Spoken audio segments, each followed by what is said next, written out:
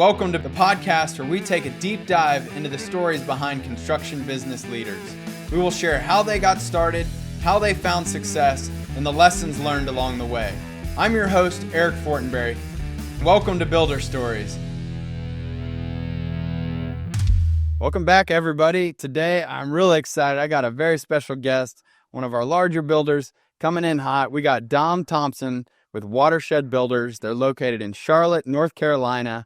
Really excited to have you on the show today, Dom. Welcome to Builder Stories. Hey, good to be here. Thank you so much, Eric. Appreciate you and your team and all the support. And it's a pleasure to be on the show. Awesome, man. Well, as usual, I'd like to start off just kind of give us a little bit of background, who you are, how you got into construction in the first place, and what led you to start Watershed Builders.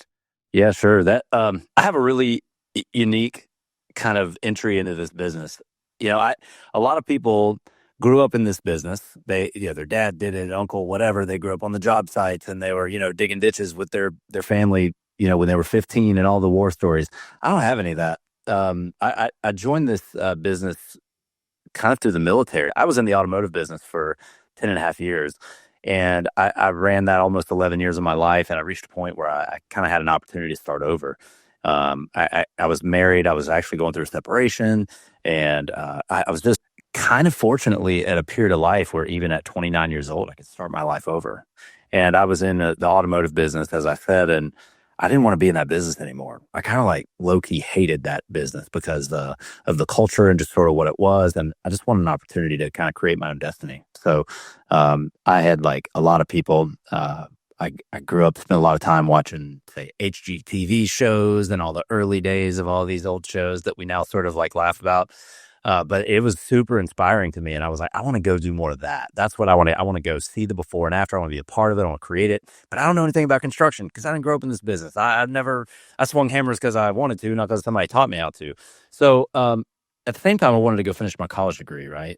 So I had this head trash around, this might resonate with some people too, is like I had a lot of head trash around not having a college degree. I thought, like, I was born in 81, right? So graduated high school in 99, and I thought, like everybody else in my generation that was told, like, you've got to go to college or you won't be successful. And if you do go to college, you're going to be successful, right? Like that was the messaging. But I didn't finish. Like I barely did, not quite 2 years of associate's degree work and stuff. So I was like, I got to go back to school. So how am I going to do this? I got to pay for college somehow. And I want to get into construction, but I don't really have a way to do it. So I followed my buddy, or I actually asked my buddy who had been in the Air Force for a number of years and loved it.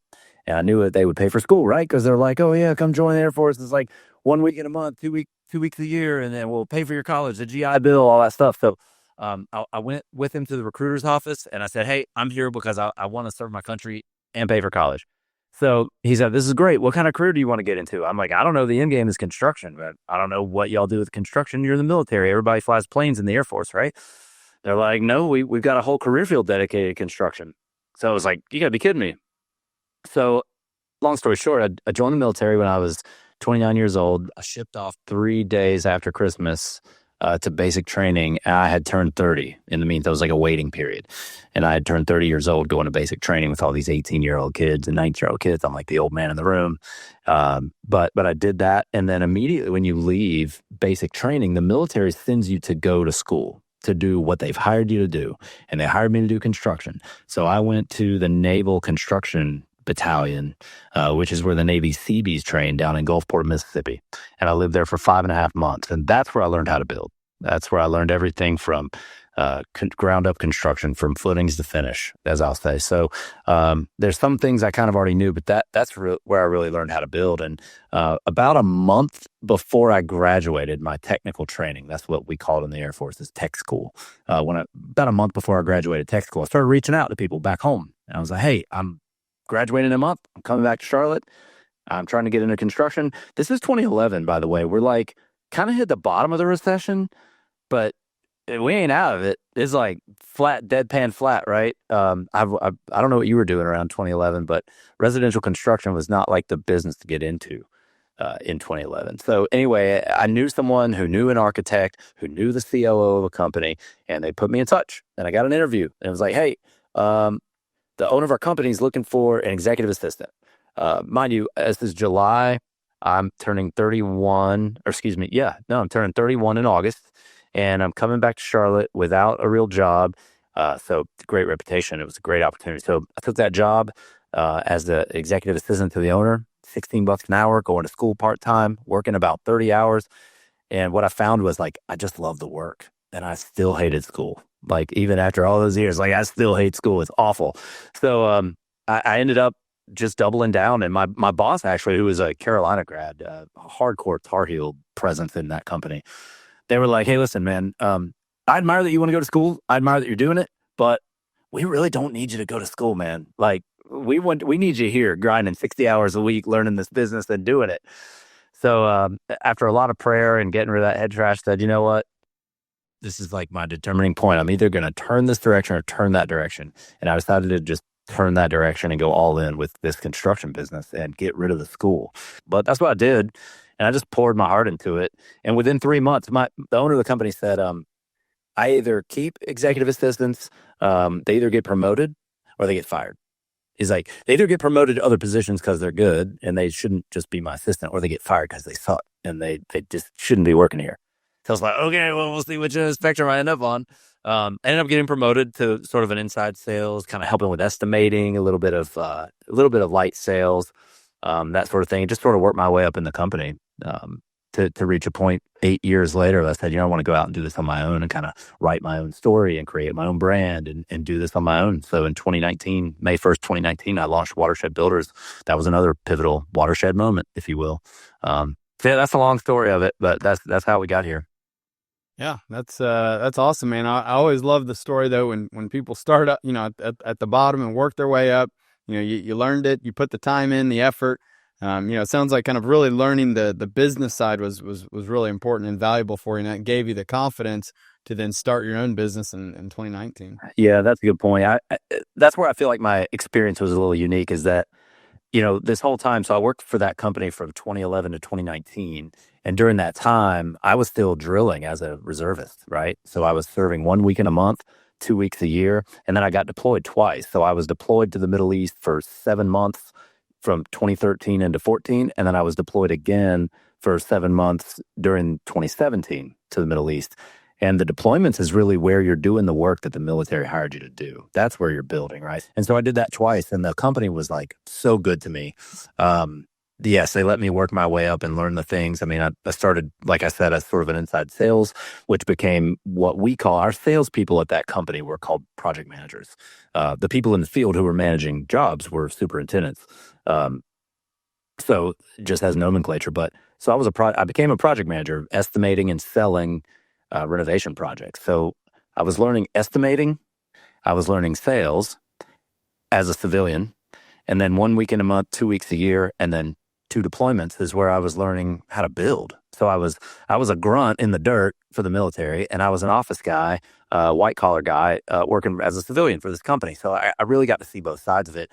And at the end, they toward the end, like the last 2 years of my experience with that company, they asked me to start up a new division of the company and run it. So they hired me to do that, and it was in that experience that I learned what the heck a P&L was, right, and like how to run a small business, right, under someone else's umbrella. So, but the company's phenomenal. I have nothing but good things to say about them today.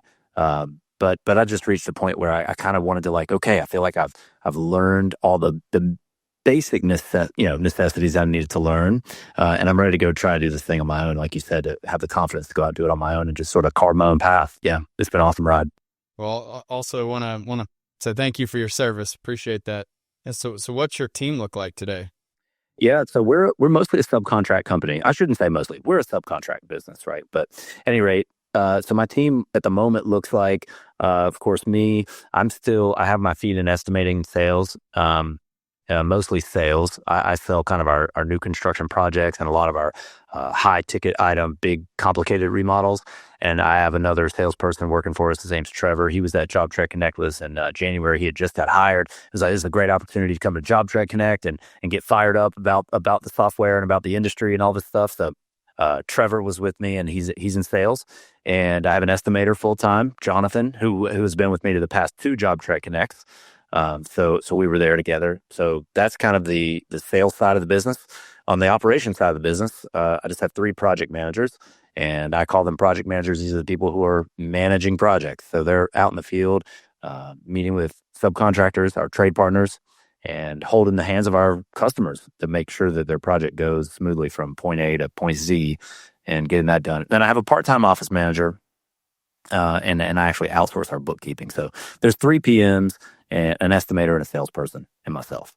Nice. How long did it take you to I assume kind of you started making some hires pretty early on, maybe first couple of years? Like how long did it take you to kind of make that decision to Dom could no longer wear every hat and do everything?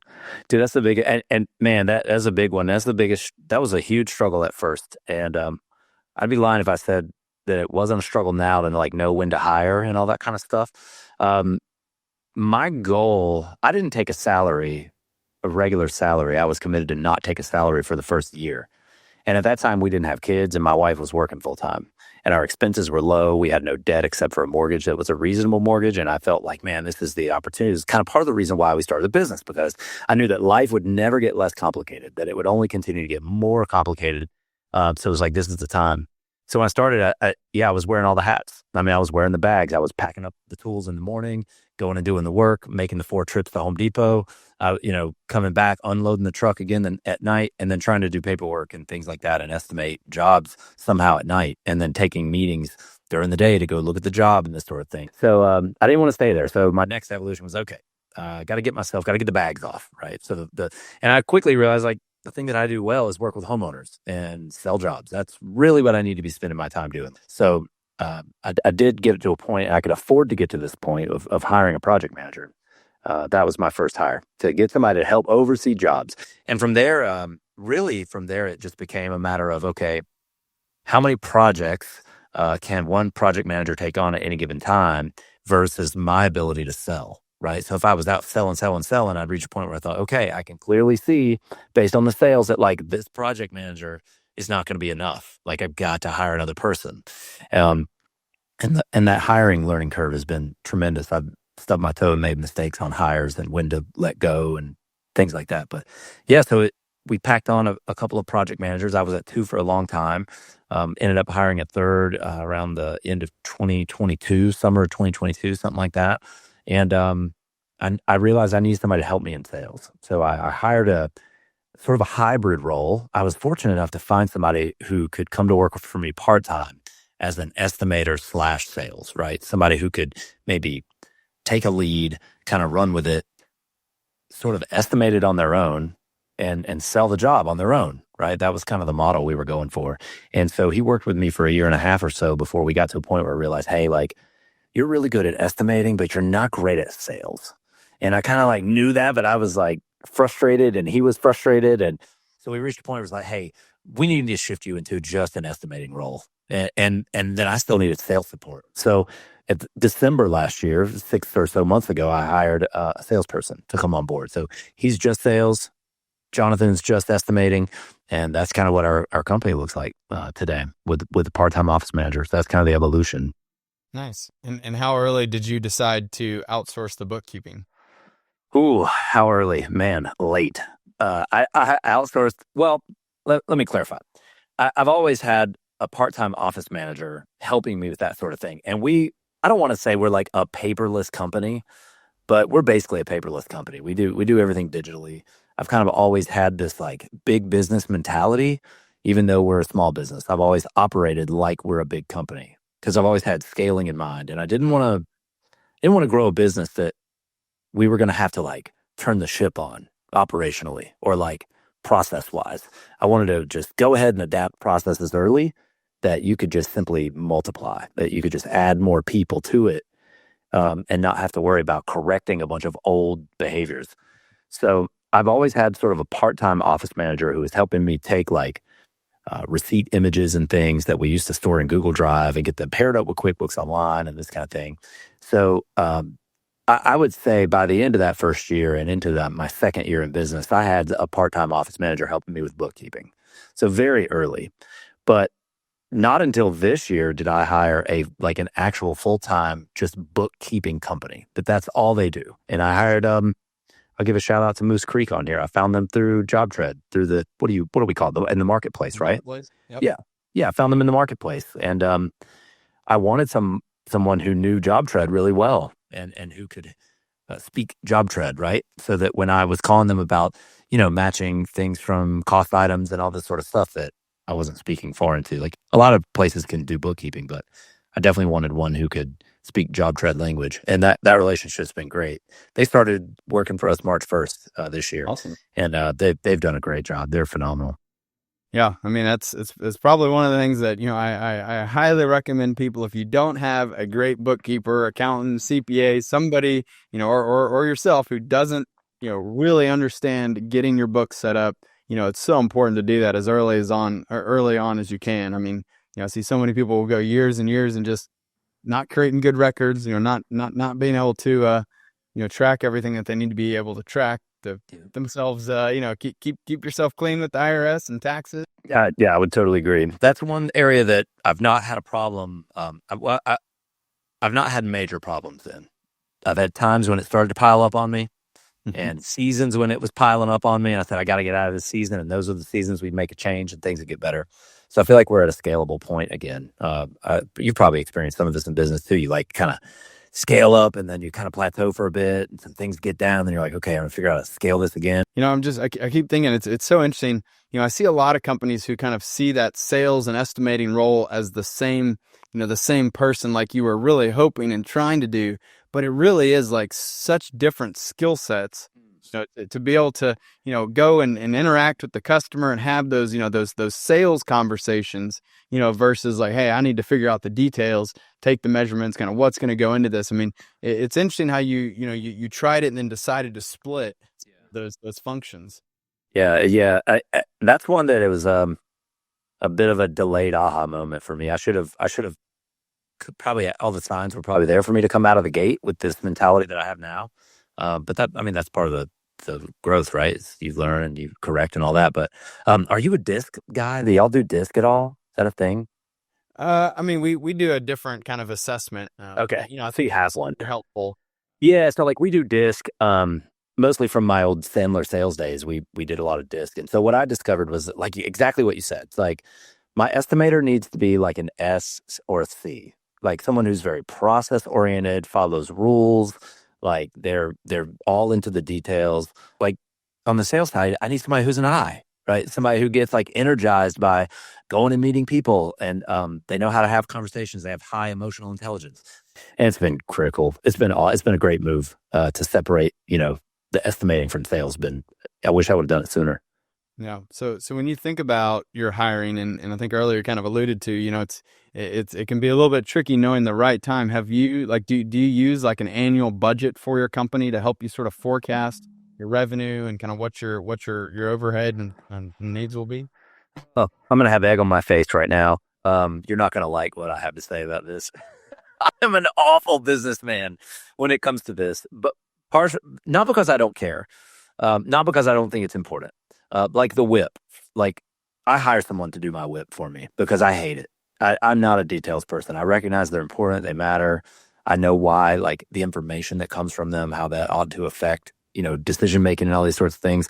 But to be honest, like my company's been profitable, probably unfortunately to a fault, because it's not forced me to be so in those details where like I'm, weekly looking at a budget and comparing estimated versus actuals on this neat chart. And, I'm like calculating all these percentages. Like I'm a dead eye on the desk, which means I'm a people person.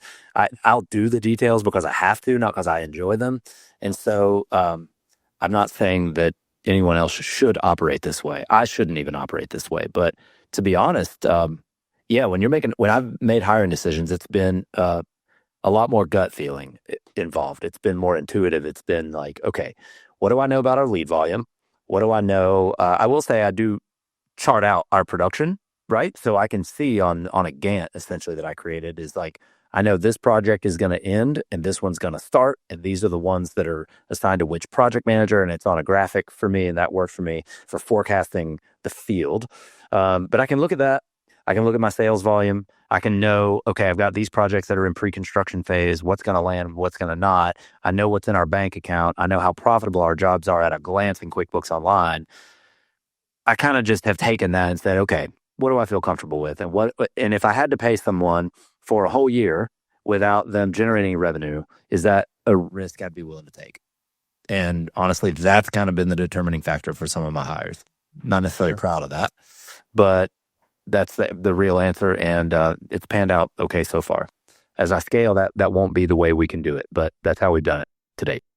Yeah, well, we have been working on a new financial playbook that includes an annual budget template that All right. can actually take and save and use. So it might be a good tool to help you guys continue. I'm here for it. Yeah, I mean, you've been able to operate this as a very lean, operation, and so given your higher volume, you got larger ticket items. I think that sort of helped you, to not necessarily kind of any given month, you may be struggling with payroll. It seems like you've been able to manage it, all right with that size team. Yeah, I don't worry about payroll. I think you've got to charge enough for your projects as a business, right? You got to charge enough. You can't as an owner. I think one of the things that early business owners feel is this reluctance to want to charge for their time and then to charge enough for their time, right? Because they feel like, oh, I don't need to charge them for that or whatever. I'll just sink it in. Because in the beginning, you're kind of like making sure that you're getting enough sales in, and you're kind of afraid that, like, if you charge for your time, that your project's going to be more expensive than the next guy, and you kind of need the job. So there's this desperation. I've charged for my time from the beginning, just kind of. Maybe it was dumb or naive on my part, but I've sort of just confidently said, yeah, I'm charging for my time. And even now I charge a few hours a week of my time because I'm sort of acting as the executive superintendent for our projects, right? Like I'm the operations manager for our company. Our PMs report to me. We have weekly meetings. We have monthly meetings. We have bi-weekly site meetings on some of these jobs. And they call me throughout the week a lot to ask questions. And so I'm billing for an average number of hours per week for my time, for my project manager's time, and then a healthy profit margin on top of the work that we're doing. So yeah, that's where we're So when you say, healthy profit margin, I mean, how do you go about thinking what is healthy? I mean, is it, relative to your own overhead and kind of what your costs are? Is it based on a target, your net, margin you want to make? I mean, how did you go about kind of defining? Because a lot of people really struggle with how much should I charge, Yeah. for my jobs. And that's where, especially early on, I see people just really, they don't know where. And so, some people out there just say, well, take your cost and double it, double 50% profit margin. Like, Yeah, that would be awesome. it's Well, if that works for you, man, do it. Because that sounds really great to me. Yeah, there's a book back here on the shelf called Markup and Profit. It is a great book. If you're new to running your own business and estimating your jobs and questioning about, pretty sure that's what it's called, Markup and Profit. It's a great book. You should read it because it talks all about that, right? You take your overhead and you do all the math and figure out what is your profit margin. I think the challenge, I've read the book and I did that math.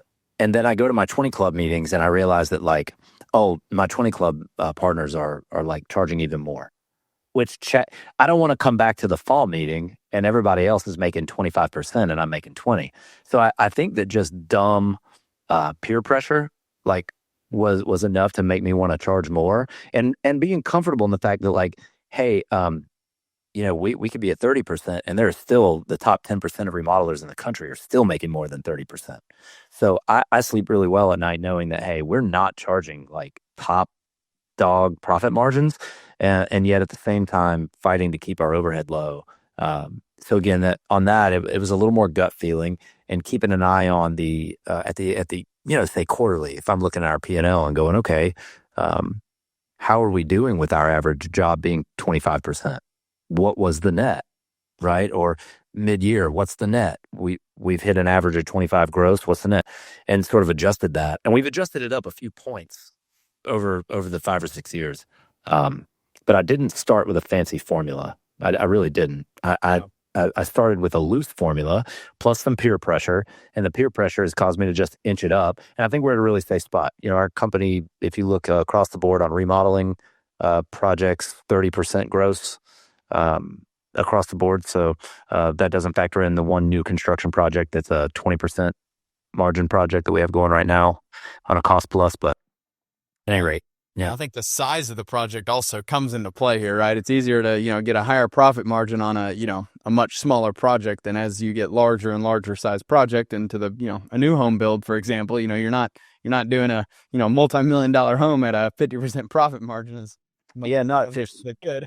Yeah, you're right. I was thinking generally you're right, but I would tell anybody in my position, especially a younger company, although we're young, you should question that. Like, do you have to charge a lower profit margin on a higher ticket item? Maybe you don't. Yeah. Maybe that's your head trash. Maybe you could have put 30% on it and you were just scared. Weren't confident enough to go in the meeting and sell your project at 30%, so you gave away 10% for your own head trash. Yeah. Like, the client might have been happy to pay 30, but you just gave them 10. So I don't know. I would say question that. I do generally think you're right. Like, we're not building a $2 million house at 30% profit margin because it just starts to get ridiculous. You can't be competitive. Just hire someone else. So let the market dictate where you're at. So, but in my market, my average so far has been 30 on remodeling, and we're at 20 on new construction. Yeah. So what's your average project size look like? Anymore, it's around 250 to 300, somewhere in there on average. It's going to be a, say, 4 or 5 month long project. A lot of them are they're like kitchens that have a lot of other stuff bolted on, right? It's like a kitchen, and we're taking down a big load bearing wall, and then there's this bathroom down the hall. So it's like a kitchen / interior renovation / 1 or 2 other small spaces. How has that changed over the years since you first started? Like, what were some of your first couple projects? And Dude, my first project was was a master bath regrout. It was a handyman job. I did sub it out. I met the regrout. I hired it at like the Dr. Grout or whoever, right? And I subbed it out, man. I could have scratched out that grout all day long, but I didn't. I subbed it out and I managed it, and I made how much ever I made. So we go from that to like, it's wild. We started, what did I say? May 1st, 2019 is when I started the company. And by July, I had $140,000 job. A designer. I put a lot of content out on Instagram, behind the scenes stuff, and designers in my area. This was in 2019. Were already starting to latch on or starting to see what we were putting out there. And I had a designer up in an area about 45 minutes north of here who had a referral for someone in Charlotte, but she didn't design down here. So she ended up referring this couple to me, and it turned into a $140,000 job. And then around the end of 2019, I had 2 $500,000 projects land in my lap. Well, I think, you mentioned it earlier, having some really great trade partners who you can lean on, that gives you so much more confidence in going in and bidding at that much higher project, much larger project than, if you didn't have that and you weren't confident in those guys, then I could certainly see you, maybe backing down or getting a little bit more worried about it. But, having that team there is very helpful. Yeah, and I think a homeowner would see through it too, right? Like, if I was nervous, kind of felt like, I don't know if I should take this job, but my pride wants to do it, but like I probably shouldn't. Like, homeowner, designer, everybody's going to kind of see through that, right? So yeah, I'm really grateful for our trade relationships. It sounds like too you've had some really good luck with getting some great referrals in. I mean, is that where you would say the majority of your business has come from, has been referrals? It's been mostly referrals, and I would say some of it has been from architect or designer relationships that I had from my previous employment back when I had a real job. So I say, but a lot of it has come from designers or architects who have followed us on Instagram for a while, and they go, "Hey, I've been following you for like the past 2 years or year, whatever it is, and I've just had my contractor relationship go south, and it's not well. I don't have like another builder to lean on. Would you be interested in grabbing coffee or something to chat? I've got this project. I'd love to get to know you a little bit and find out if this is something that we might could work on together." And that's happened numerous times. And now we've done like repeat projects with those designers, and it's been a lot of word of mouth, a lot of relationship building. Because that's maybe another thing. In addition to not being a self-performing company, we're not design build either. Like, so we lean on those architect and designer driven projects, and try to really make them look good and do a great job with their client, taking great care of their client. And it's led to numerous referrals from designers and architects along the way. Yeah, that's great. Would Can you tell us a little bit more about the Instagram strategy and kind of like how often are you publishing content? What's that content look like? How do you measure the success of that? Yeah, it's gone through an evolution. When I first started and I was like the bags on, or like I was the project manager, right? I would just be like camera in my face, showing behind the scenes stuff, like stuff that I don't think is sexy, but that other people look at. And it's like for them, I think it's like watching HGTV, right? They get to see behind the curtain of like what's going on. And then I talk to them like I'm talking like this, and they feel like we're just having like I'm having a conversation with this person. That's not like some strategy. It's just like how I do it. I don't know how else to do it. So, so that's what I would do. And I would post as much as possible. This is 2019, 2020, 2021. Posting quantity of content, I guess is what I'm saying, and being authentic on the camera and just having a conversation with people, showing them what's going on. Look at this framing situation. This is what the house looked like before. Like we're taking this house from this to that, and follow along. We'll keep you posted what's going on with the job and that sort of thing. We reached a point where I was doing that a lot, and the company was growing. I had two project managers working for me, and I wasn't in the field as much. And so I think also by that time we started to get some professional photography done. So that would be another thing when you're talking about Instagram strategy. If you finish a project, you need to get a professional photographer to shoot that job. If the designer doesn't already have one, then get one and get your projects photographed so that you have those pretty finished photos. And I'd say that our content has been a mix of both, right? It's been a mix of, behind the scenes stuff and then pretty photos, because people kind of want to see both, like what it ended up looking like kind of thing. So, a couple of years in, we started to have some of that professional photography done, and I wasn't in the field as much, so I started to struggle in the content. I didn't have as much content because I started spending more of my time at my desk and on the phone and in meetings and less on the job site. So our content started to get like mostly, it started to wind down. So there wasn't as much of it. And it started to become mostly just pretty pictures. And I remember like in the early days, people used to come to me and say like, "Oh, dude, I love that video you shot. You were showing like how you tore the floor framing out of that house, and you were just looking at the dirt, and it was just crazy to see that house torn apart like that. It was like wild." And people used to come up to me like at church or like wherever and make these comments about my content. But then I realized like for a while I was like, I'm not getting any content. Like people aren't saying this to me anymore, and I feel like we went through a dry season. So I hired someone to kind of manage our post content, like a calendar, and I started getting out on the job site a little bit more, and I actually hired a videographer who is hourly, and she goes with me onto a couple of job sites, maybe once a month. And we just go shoot BTS stuff, behind the scenes stuff on job sites. And then she performs the edits and just creates the content that lives in a shared folder that now my social media person, who's also hourly, works for me part-time. She works for several builders actually, and a designer I work with. She's coming up with a content calendar, right? And she's influencing with my videographer, like, hey, we want to title this reel this, or we want to title it that. And so we've been able to shake up our content in the past 6 months to where it's back to a nice mix of behind the scenes and pretty finished photos. And so now we're posting usually once a day, or something like that. I'm not going to pretend to be the person that knows anything about virality, right? Like there's books and people out there on YouTube that can tell you all about that. I don't know anything about like growing your following. I think we don't even have 4,000 followers on Instagram, so we're a really small account. But I will say we have a pretty darn engaged audience. And I think that's because of me being in front of the camera and not being afraid to show what's going on the job sites and having conversations with people. I think the engagement has been great. And that I think has made all the difference when you talk, connecting this all back to, referral business. I think that's been critical in the referral business.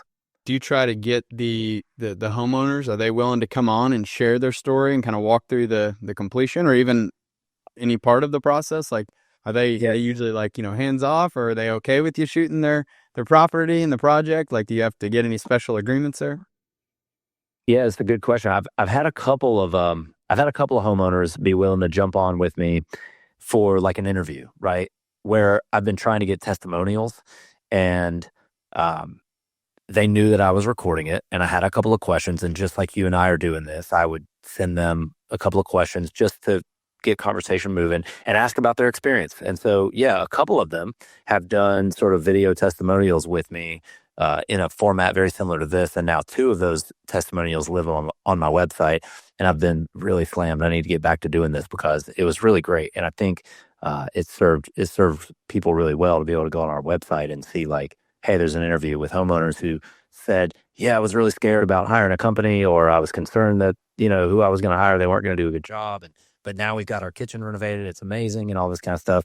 Kind of in the vein of like what CGN does, but not nearly as well as what they do. But it was like better to get started and get it done than not do it. So that was kind of what we're doing. So yeah, I've done a couple of those, not live on Instagram, things like that, but I have customers post their own content and tag us, and they're showing pictures of their kitchen, or after demo they're posting their own content to their friends and tagging us on there. So it's been really interactive and really fun. Yeah, I mean, I see so many people who they know that they need to record, they know that they need to capture those testimonials, capture that experience, and like they just don't do it for whatever reason. And I think it just this goes to show for everyone out there. I mean, Dom is not like this social media influencer expert, whatever, but like he's telling you, he has built this business, this referral based business, just by creating content on a regular schedule and keeping it going. Like I think that's the number one thing, is just making sure that you're consistent and you're putting out good content where just be real. Just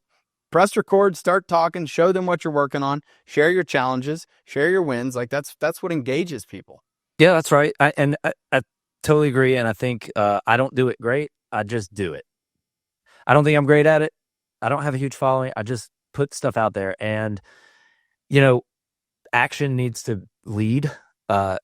Action is what matters, not feeling. Once you've got the action, you will then feel it. So if you're waiting around to feel motivated to do that, well, you're just going to be waiting forever. But if you just get going and get in front of the camera and get comfortable being uncomfortable and be real on the camera and just talk about what you do, like, is exactly what you said. So do you use any other platforms, or is it only Instagram? Like, it's primarily Instagram, and I think that's feeding to Facebook as well, but I think it's organically posted to Instagram. And then now I'm just recently having content sort of like retweaked for LinkedIn. So my social media person will take the same post, but obviously realizing it's more of a corporate audience, will sort of tweak the copy a little bit and upload it to LinkedIn so that it's there. But yeah, otherwise mostly Instagram. I mean, what we do is so visual and so personal that it's mostly just on Instagram. And I think it just validates, like, if someone saw your job sign or heard your name from a neighbor and they're up at 10 o'clock at night surfing Instagram, like, oh yeah, let me look at this company, and they look you up. They're either going to see nothing or they're going to see something, and you'd rather them see content there that just further validates who you are and what you're about. And it shows that, yeah, it's what you said. Like, if you're on the job site and you care about your customers and this and that, it's going to show more behind the scenes of who you are and what you're about and what your company's about. And it's going to lead to opportunities. And you said you've got, basically just a couple hourly, people helping with this. How did you find those people? So I reached out. So my social media person, Jacqueline, she was doing the newsletter and Instagram posting for an interior designer who I've kind of become friends with. And I said, hey, like, who's doing your newsletter and stuff? Like, who's posting this stuff? And she's like, oh, you need to talk to Jacqueline. So I called Jacqueline up. I'm like, hey, I'm struggling with my consistency. I'm like posting it on my own. There's no calendar. I'm like doing it once a week, but then like I miss 4 or 5 days and then I do it again. It's like, I gotta get consistent because it's been a mess. And so that's how that relationship came to be. And then, the videographer who I recently hired, she is just somebody from my church. She's a sister to someone I know well from church. I said, hey, is your sister doing this videography thing? Like, what's her goals? She'd be interested in doing this at all to me? Because, like someone who just graduated with sort of a cinematography related type degree, I was sort of assuming that like that they're going to just move to Hollywood and like they don't want to be doing my reels. But the reality is like, no, like she's happy to do reels for me on an hourly basis because it gives her a little extra pocket money, and we do it when she's available. And fortunately, she's available. Her flexibility is there. So I think finding people is a matter of asking and putting it out to the world, like what you're looking for. If you don't ask, and you're not going to get it. Yeah, you're not running any paid advertising, paid media. Not on Instagram. I have started running PPC ads through the folks who run my website, but no, I'm not currently doing any paid ads on Facebook or Instagram, but I am starting in the next week. I'm about to start a campaign of reels that would drive people to reach out to us and fill out a contact form, because we've kind of reached this time of year. It's May 5th, that like, if we're not talking to a homeowner about their kitchen remodel now, then it ain't getting done by Christmas. We got too much going on, and Granny's going to come and it's going to be a mess. So I'm about to create, I just want to test it out. I think that's another thing, is like being willing to test something out. Like, Yep. you're going to have to throw money at it just to see if it works, and then refine. But if you're making good profit margins, then you can afford to take some risks and put money out there and test some things out. So I am about to launch some paid stuff on Instagram to a target audience in my area. Awesome. Yeah, that's awesome. I think it's so important that you can make those experiments, run those campaigns, but you got to check and say, hey, is it working? Are we getting traction? Are we getting leads? Are the conversations looking good? Like, are they qualified leads? Yeah. And I think that's one of the things that again, I see a lot of people think, oh, we can just throw some money at it and then forget about it, and the leads are just going to come. And it's like, no. You got to work it, and you got to make sure the person who's managing that for you really understands the target audience, knows local local targeting. Super helpful. Yeah, I agree. And we haven't figured it out. I would say that's the one part of my business we have not figured out. Like, I haven't figured it out, where I want to get to the place where, like, okay, I know what works for Watershed Builders, and now I can go replicate it somewhere else, because I know that if it works here, it will work there, and I can just go rubber stamp it somewhere else. The processes, from the operational processes, the back end office processes, the sales processes, but marketing is one that I haven't nailed down. I haven't figured out like what forms of advertising work for us, or all that kind of thing. So you're right. And I do have someone doing paid ads for me on Google with PPC. So that's a managed thing outside of me, but I'm going to manage my own Instagram ads and just see how it goes. And if I reach a point where I'm banging my head against the wall, fine, I'll hire somebody to do it. But I'm kind of a student of it. Like, I enjoy learning about it. So I'm not just being cheap and like trying to save the money, like the DIY homeowner who doesn't want to pay you because they've got a guy who does cabinets or something. Like, I actually enjoy it. So I want to learn about it and figure it out, and see if that's where we should spend or not, and tweak the ads. If my content stinks and I need to switch it up, great, I'll switch it up and see what happens. But yeah. So what's the 5-10 year plan here? Oof, man, I'm so like, gosh, this is another one you probably don't want to ask me about. I've learned that I'm the kind of person that just I like the challenge. I like to just climb a mountain and find out what the next mountain is, and then come up with a plan, try to execute, and go climb that mountain, and then go climb the next one and the next one.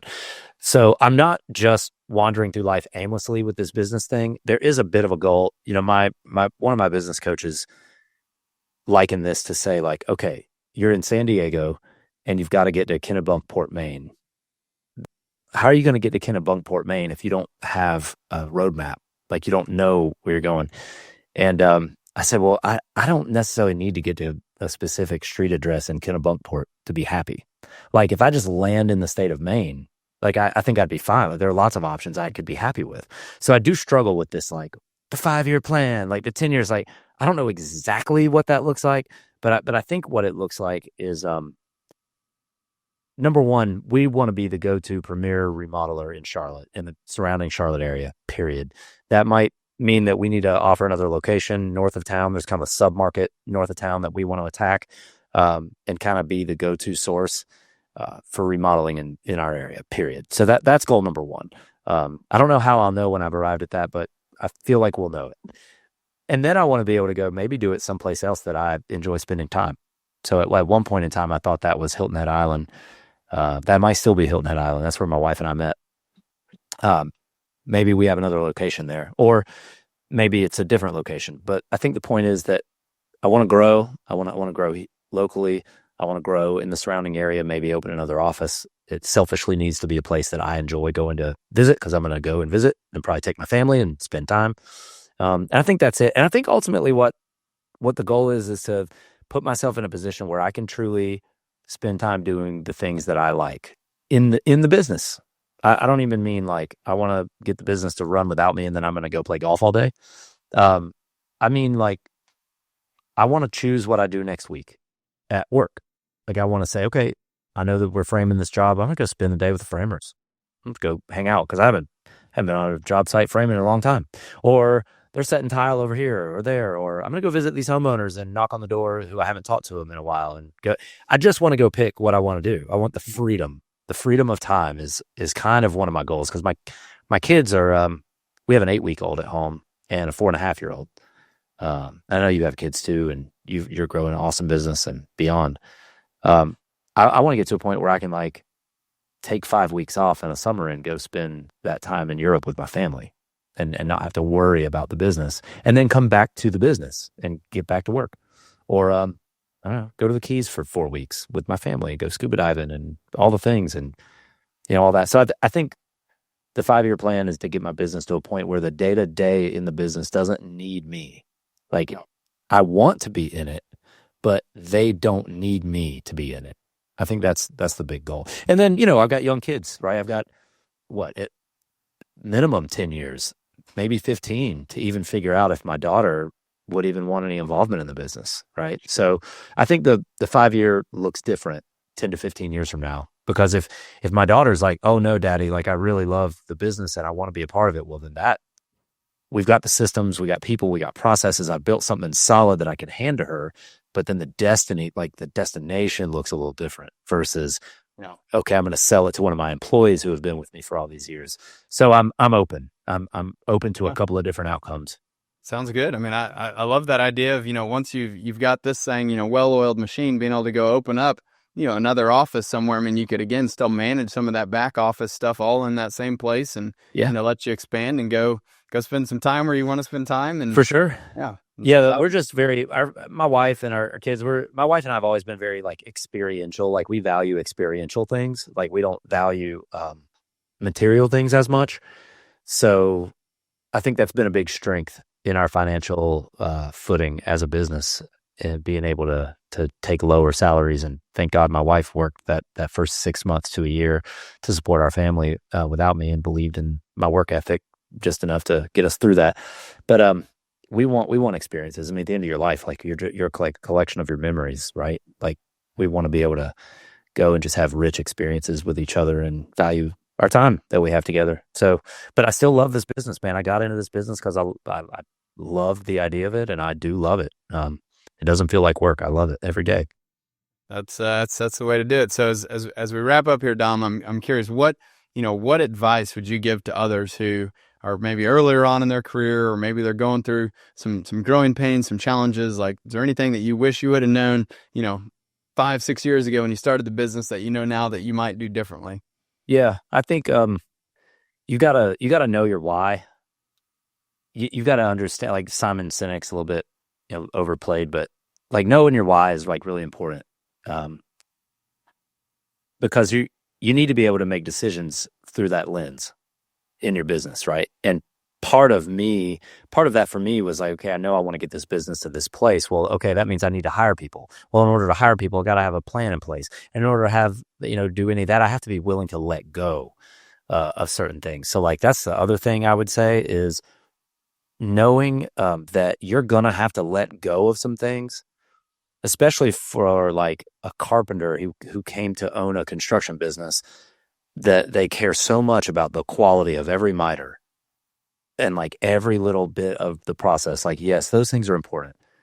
And I care about those things too. But like, you have to be willing to let go and allow others to do things for you, whether it's things on the job site with carpentry, or if it's office things that like you only want to do or whatever. Just understand that like, you can try to do it all yourself, but like you are putting yourself in a fishbowl this big. And if you ever wanted to grow it, like the fish will keep growing, but you got to get bigger tanks. And part of that is hiring people and trusting them to make mistakes and allowing them to stub their toe, and you help retrain them and get them back up again. So I wish I would have known that a little earlier, or maybe been a little more confident in that early on. The third thing I would say is like, picture yourself as the bigger business. Imagine what that bigger business needs at that time, and start doing those things now when you're not the bigger business. Because if you put these things into play, whatever those processes are, or that software you need to be using, or the budgeting, or like whatever it is, this doesn't get easier. Like the more your company grows, the messier it gets. So you got to do it now. If you pretend like you're big now, then hopefully you won't have to deal with the scaling, and growing will just sort of be a byproduct, and it won't add more stress. So I think those three things would be what I'd pass on. Yeah. Awesome, man. Well, look, I really appreciate you coming on, sharing your story, how you've been able to build Watershed Builders. I mean, Thanks. a great job. Quality of your work is awesome. The Instagram's been fun for me to follow as well. So Thank you. keep it up. And thanks for taking the time to share this with the community. Glad to be here. Appreciate the opportunity, man. And appreciate all your support and your team. Shout out to Michael Villarreal. I don't say his name right, but anyway, he's my guy. Y'all are awesome. Thanks for everything. Appreciate it. Have a good one, Dom. You bet. You too. Thanks for joining us for this episode of Builder Stories. We hope you enjoyed the conversation and gained valuable insights that can help you in your journey along the way. Don't forget to subscribe to the show and leave us a review. And as always, if you or someone you know has a story to share, please contact us at builderstories.com. We'd love to hear from you. I'm Eric Fortenberry, and remember, every builder has a unique story. Keep building yours.